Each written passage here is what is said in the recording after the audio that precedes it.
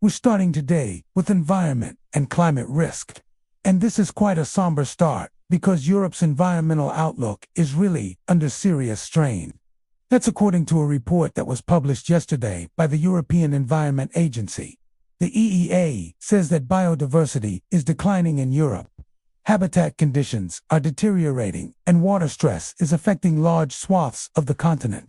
So let's have a look at what's going on. The report covers the state of the environment in the European Union, plus 6 neighboring countries, Turkey, Ukraine, the 3 Baltic states, as well as Albania. It paints a bleak picture for nature in Europe. Species extinctions and habitat destruction are accelerating.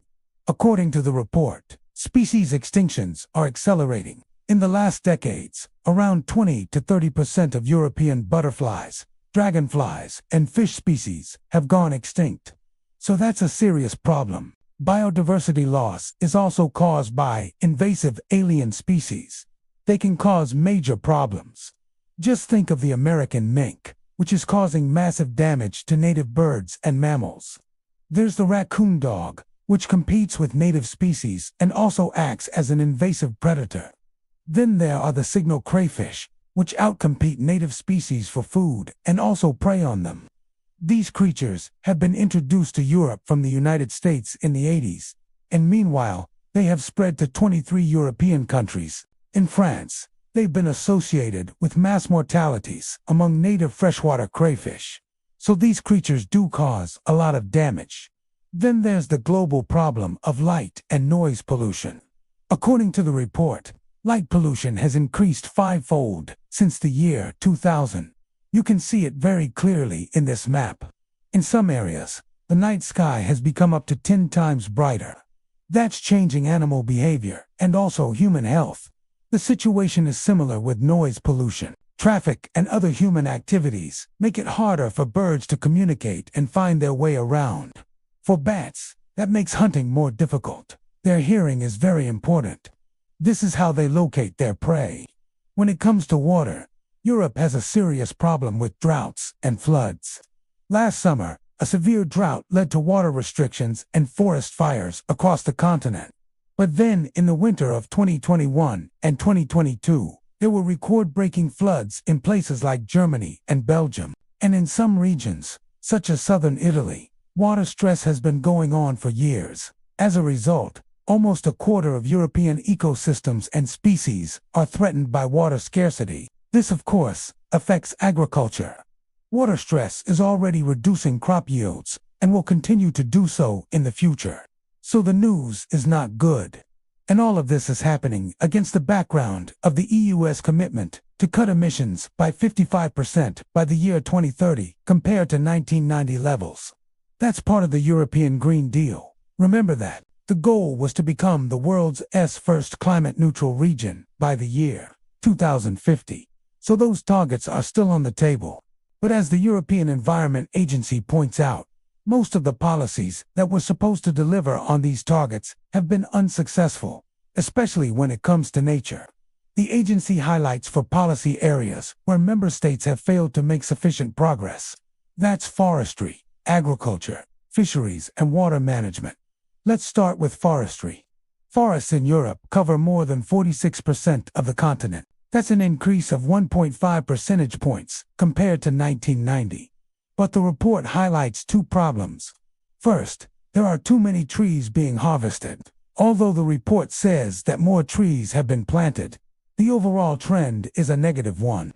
That's because old-growth forests have been in decline since 1990. In some countries, only 2% of the original old-growth forests remain. And while forest connectivity has increased, there are still far too many barriers for species to move around. That's because these forests aren't connected enough.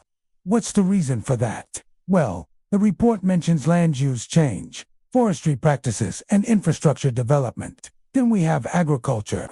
Here, the problem is that while the use of pesticides has declined, it hasn't yet reached the target that the EU set itself. Member states had committed to reducing pesticide use by 50% by the year 2030 compared to 2019 levels. But according to the report, the EU is off track. Another problem in agriculture is that fertilizers continue to be used excessively. That leads to soil and water pollution. Also, there's a decline in pollinators, such as insects and birds, which of course is a huge problem for agriculture. And once again, the report points to 4 reasons why member states haven't done enough in this area. Lack of political priority, insufficient knowledge, a lack of financial resources, and finally, a lack of awareness among farmers themselves. Fisheries is another area where member states aren't doing enough. Overfishing continues to be a big problem. Stocks of certain fish species have collapsed in the past decades, including cod in the North Sea, herring in the Baltic Sea, and anchovies in the Mediterranean. More sustainable fishing practices are needed to restore fish stocks and marine ecosystems. However, the report says that these measures aren't yet fully implemented. There's also the problem of abandoned fishing gear. This debris accumulates in the oceans and kills many sea animals. And then there's water management. While water extraction for industrial use has fallen in the past decades, water stress is increasing. This is largely due to climate change. As temperatures rise, water evaporates faster. At the same time, precipitation is becoming more erratic. And so there's a greater risk of floods, but also of droughts. To address this issue, the report recommends better management of rivers, lakes, and groundwater reserves. Overall, the report paints a pretty grim picture. But it's not all doom and gloom. There are some positive developments. For example, air quality has improved significantly.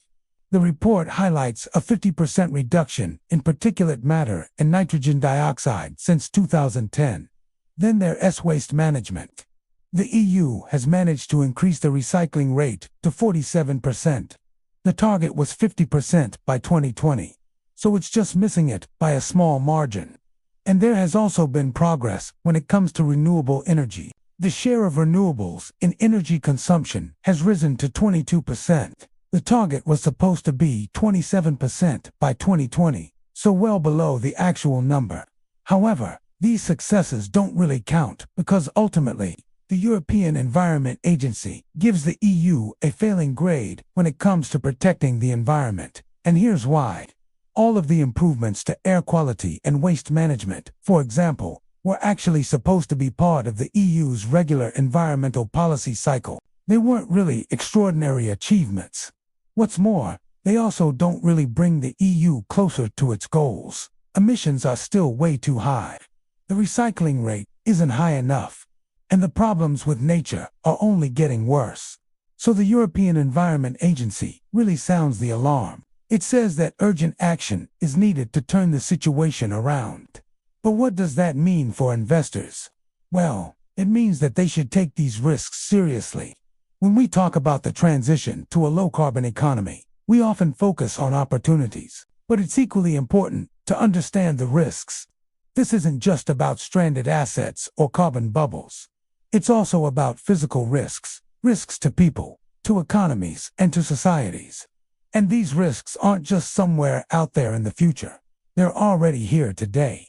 Companies need to factor this into their business models. Cities need to prepare for more extreme weather events.